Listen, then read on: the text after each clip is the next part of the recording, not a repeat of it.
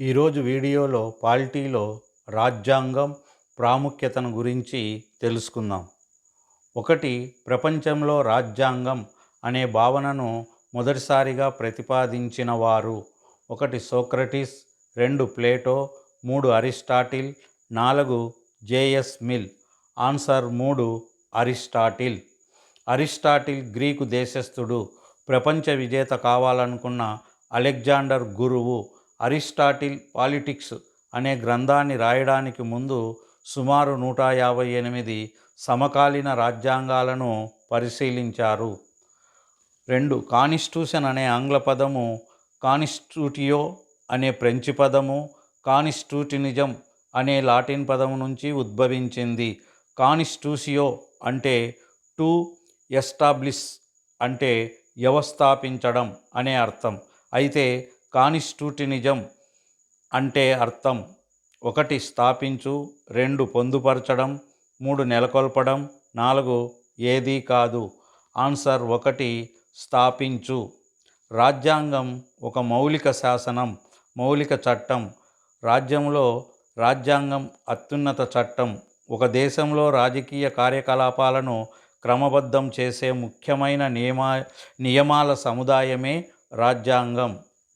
3 రాజనీతి శాస్త్రం రాజ్యాన్ని, ప్రభుత్వాన్ని గురించి అధ్యయనం చేసే శాస్త్రంగా క్రీస్తుపూర్వం 4వ శతాబ్దంలోనే ఏ దేశంలో అభివృద్ధి చెందింది?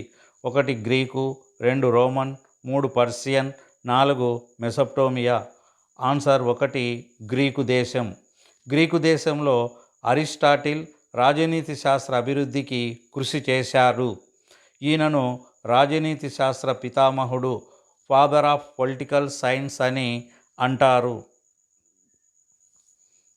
ఎందులో పౌరుల హక్కులు, పౌరునికి ప్రభుత్వానికి మధ్య గల సంబంధాలు, రాజ్యాంగ సంస్థల విధులు, అధికారాలు, స్వాతంత్ర్యం లాంటి అంశాలు పొందుపరిచి ఉంటాయి. 1 రాజ్యాంగం, 2 చట్టం, 3 రాజు ఆదేశాలు, 4 నియంత ఆదేశాలు. ఆన్సర్ 1 రాజ్యాంగం. ప్రభుత్వ స్వరూపాన్ని, అది పనిచేసే విధానాన్ని తెలిపే నిర్దిష్ట నియమాల సముదాయమే రాజ్యాంగం అని లార్డ్ బ్రష్ పేర్కొన్నారు. రాజ్యాంగం అంటే ప్రభుత్వ రూపమని ప్రొఫెసర్ లీకాక్ అన్నారు. ప్రపంచంలో మొదటి రాజ్యాంగ పరిషత్తు అమెరికాలోని ఫిలడెల్ఫియా కన్వెన్షన్ను ఎప్పుడు ఏర్పాటు చేశారు? 1 1777, 2 1780, 3 1785, 3 1787. ఆన్సర్ 4 1787. ప్రపంచంలో మొదటి లిఖిత రాజ్యాంగం అమెరికా రాజ్యాంగం. థామస్ జెఫర్సన్, జార్జ్ వాషింగ్టన్ వంటి ప్రముఖ నాయకులు అమెరికా రాజ్యాంగ రూపకల్పనలో కీలక పాత్ర పోషించారు. ఆసియా ఖండంలో లిఖిత రాజ్యాంగాన్ని 1946లో రూపొందించుకున్న దేశం. 1 నేపాల్, 2 జపాన్, 3 భారతదేశం, 4 భూటాన్. Answer 2 Japan. ఆసియా ఖండంలో జపాన్ మొదటి లిఖిత రాజ్యాంగాన్ని రెండవ ప్రపంచ యుద్ధం తర్వాత 1946లో రూపొందించుకున్నది. 1922లో యంగ్ ఇండియా పత్రికలో భారతదేశపు రాజకీయ భవిష్యత్తు భారతీయులే స్వయంగా తేల్చుకోవాలి అని అన్నవారు. 1 Dadabhai Naoroji, 2 Mahatma Gandhi, 3 Jawaharlal Nehru, 4 Rajendra Prasad. Answer 2 Mahatma Gandhi. Gandhiji young India పత్రికలో భారతదేశ భవిష్యత్తును భారతీయులే రూపొందించుకోవాలి అని అన్నారు. 1928లో నమూనా రాజ్యాంగమును మోతీలాల్ నెహ్రూ రూపొందించారు. రాజ్యాంగ రచన చేయాలని 1927లో ఎక్కడ జరిగిన భారత జాతీయ కాంగ్రెస్ సమావేశంలో నిర్ణయించారు. 1 కాన్పూర్, 2 కలకత్తా, 3 బొంబాయి, 4 మద్రాస్. ఆన్సర్ 4 మద్రాస్. 1927లో మద్రాసులో జరిగిన భారత జాతీయ కాంగ్రెస్ సమావేశానికి ఎంఏ అన్సారీ అధ్యక్షత వహించారు. రాజ్యాంగాన్ని రూపొందించాలి అని తీర్మానించారు. ఫలితంగా 1928లో మోతీలాల్ నెహ్రూ నమూనా రాజ్యాంగాన్ని రూపొందించారు. 1934లో భారతీయులే స్వయంగా రాజ్యాంగాన్ని రూపొందించుకోవాలని డిమాండు చేసినవారు: 1 ఎంఎన్ రాయ్, 2 జవహర్లాల్ నెహ్రూ, 3 రాజేంద్ర ప్రసాద్, 4 సుభాష్ చంద్రబోస్. ఆన్సర్ 1 ఎంఎన్ రాయ్. ఎంఎన్ రాయ్ లేక మానవేంద్రనాథ రాయ్ కమ్యూనిస్టు నాయకుడు. రాడికల్ డెమోక్రటిక్ పార్టీని స్థాపించారు. కమ్యూనిస్టు ఇంటర్నేషనల్కు ఎన్నికైన భారతీయుడు.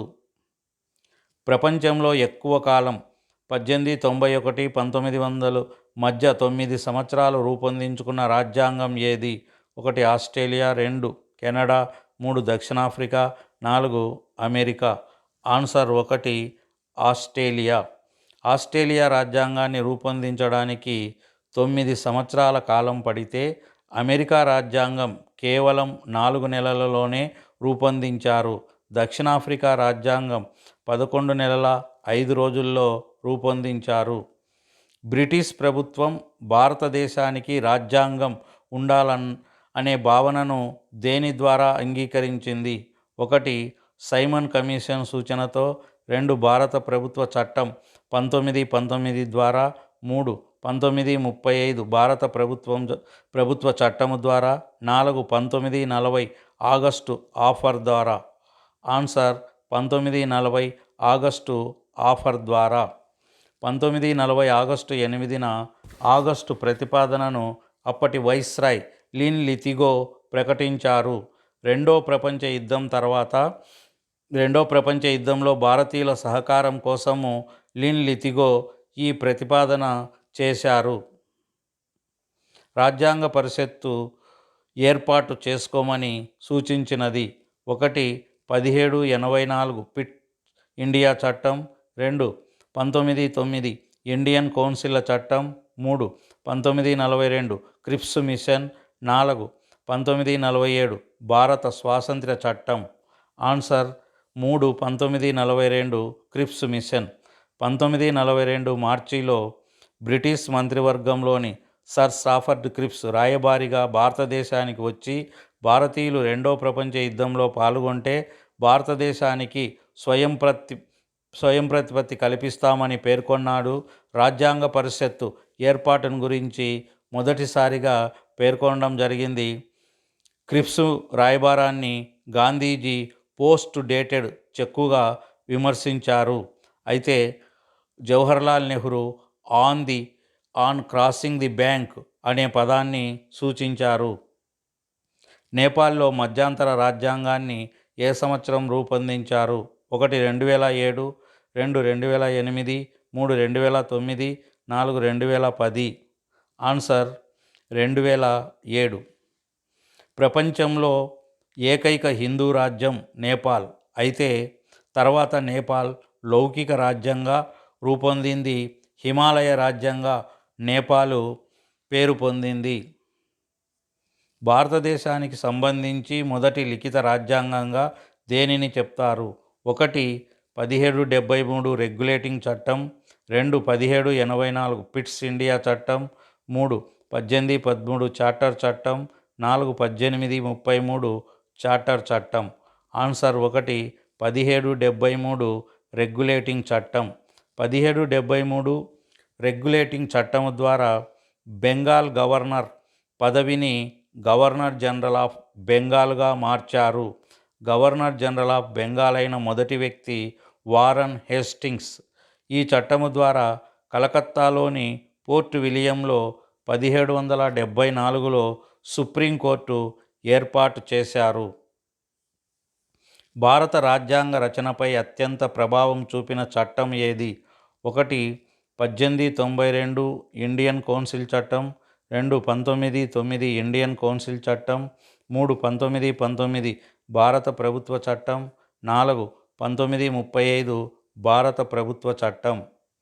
ఆన్సర్ 4 1935 భారత ప్రభుత్వ చట్టం. 1935 భారత ప్రభుత్వ చట్టంలోని అంశాలు 70% పైగా భారత రాజ్యాంగంలో ఉన్నాయి. అందుకే దీన్ని ఇండియన్ కాన్స్టిట్యూషన్ జిరాక్స్ అంటారు. భారత జాతీయ కాంగ్రెస్ సొంత రాజ్యాంగం కావాలని ఎప్పుడు డిమాండ్ చేసింది? 1 1930, 2 1931, 3 1935, 4 1936. ఆన్సర్ 3 1935. భారత జాతీయ కాంగ్రెస్ భారతదేశానికి సొంత రాజ్యాంగం కావాలని 1935లో డిమాండ్ చేయడం జరిగింది. అయితే 1935లో నిషేధం కారణముగా ఈ సమావేశము జరగలేదు. 1928 నెహ్రూ రిపోర్టు మొదటిసారిగా ప్రాథమిక హక్కులను సూచించింది. అయితే నెహ్రూ రిపోర్టులో ఎన్ని ప్రాథమిక హక్కులను ప్రస్తావించారు? 1 10, 2 15, 3 19, 4 20. ఆన్సర్ 3 19. 1927లో భారతీయులందరికీ ఆమోదయోగ్యమైన రాజ్యాంగం రూపొందించుకుంటే బ్రిటిష్ ప్రభుత్వం ఆమోదిస్తుందని భారత వ్యవహారాల కార్యదర్శి బార్కన్ హెడ్ సవాలు చేశారు. ఆ సవాలును స్వీకరించి మోతీలాల్ నెహ్రూ ఆధ్వర్యంలో 1928లో నమూనా రాజ్యాంగాన్ని రూపొందించడం జరిగింది. ఈ నమూనా రాజ్యాంగమే భారతీయులు రాజ్యాంగాన్ని రూపొందించుకోగలము అనే భావన ఏర్పడింది. పోర్ట్ఫోలియో వ్యవస్థకు చట్టబద్ధత కల్పించిన చట్టం ఏది?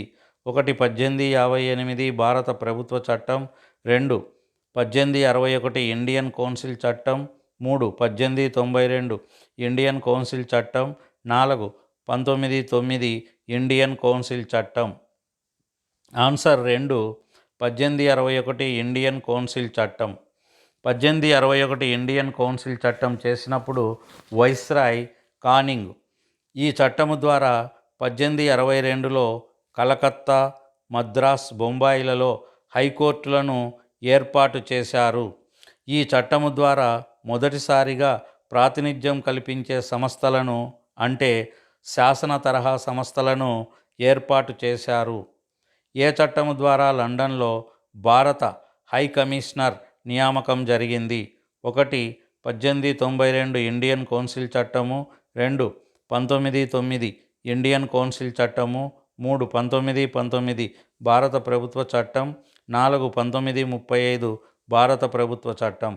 ఆన్సర్ 1919 భారత ప్రభుత్వ చట్టం. 1919 భారత ప్రభుత్వ చట్టాన్ని మాంటెగ్ చెమ్స్ఫోర్డ్ సంస్కరణలు అని పిలుస్తారు. ఈ చట్టము ద్వారా ప్రావిన్స్లలో అంటే రాష్ట్రాలలో ద్వంద్వపాలన విధానాన్ని ప్రవేశపెట్టారు. కేంద్ర శాసనసభలో ద్విసభా విధానాన్ని ప్రవేశపెట్టారు.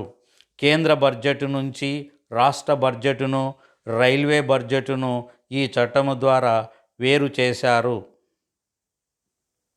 భారతదేశంలో సమాఖ్య ప్రభుత్వం ఏర్పాటుకు ఏ చట్టం ఆధారం? 1 1909 ఇండియన్ కౌన్సిల్ చట్టం, 2 1919 భారత ప్రభుత్వ చట్టం, 3 1935 భారత ప్రభుత్వ చట్టం, 4 1947 భారత స్వాతంత్ర్య చట్టం. ఆన్సర్ 3 1935 భారత ప్రభుత్వ చట్టం. 1935 భారత ప్రభుత్వ చట్టము ద్వారా కేంద్రం మరియు రాష్ట్రాల మధ్య అధికార విభజనకు 3 జాబితాలను ఏర్పాటు చేశారు. ఈ చట్టము ద్వారా రాష్ట్రాలలో ద్వంద్వపాలనను రద్దు చేసి కేంద్రంలో ద్వంద్వపాలనకు అవకాశం కల్పించారు. బ్రిటిష్ పార్లమెంటు చరిత్రలో ఆమోదించిన అతిపెద్ద చట్టం ఇది. ఈ చట్టము ద్వారా అప్పటి వరకు ఉన్న 11 రాష్ట్రాలలో 6 రాష్ట్రాలలో ద్విసభా విధానాన్ని ప్రవేశపెట్టారు.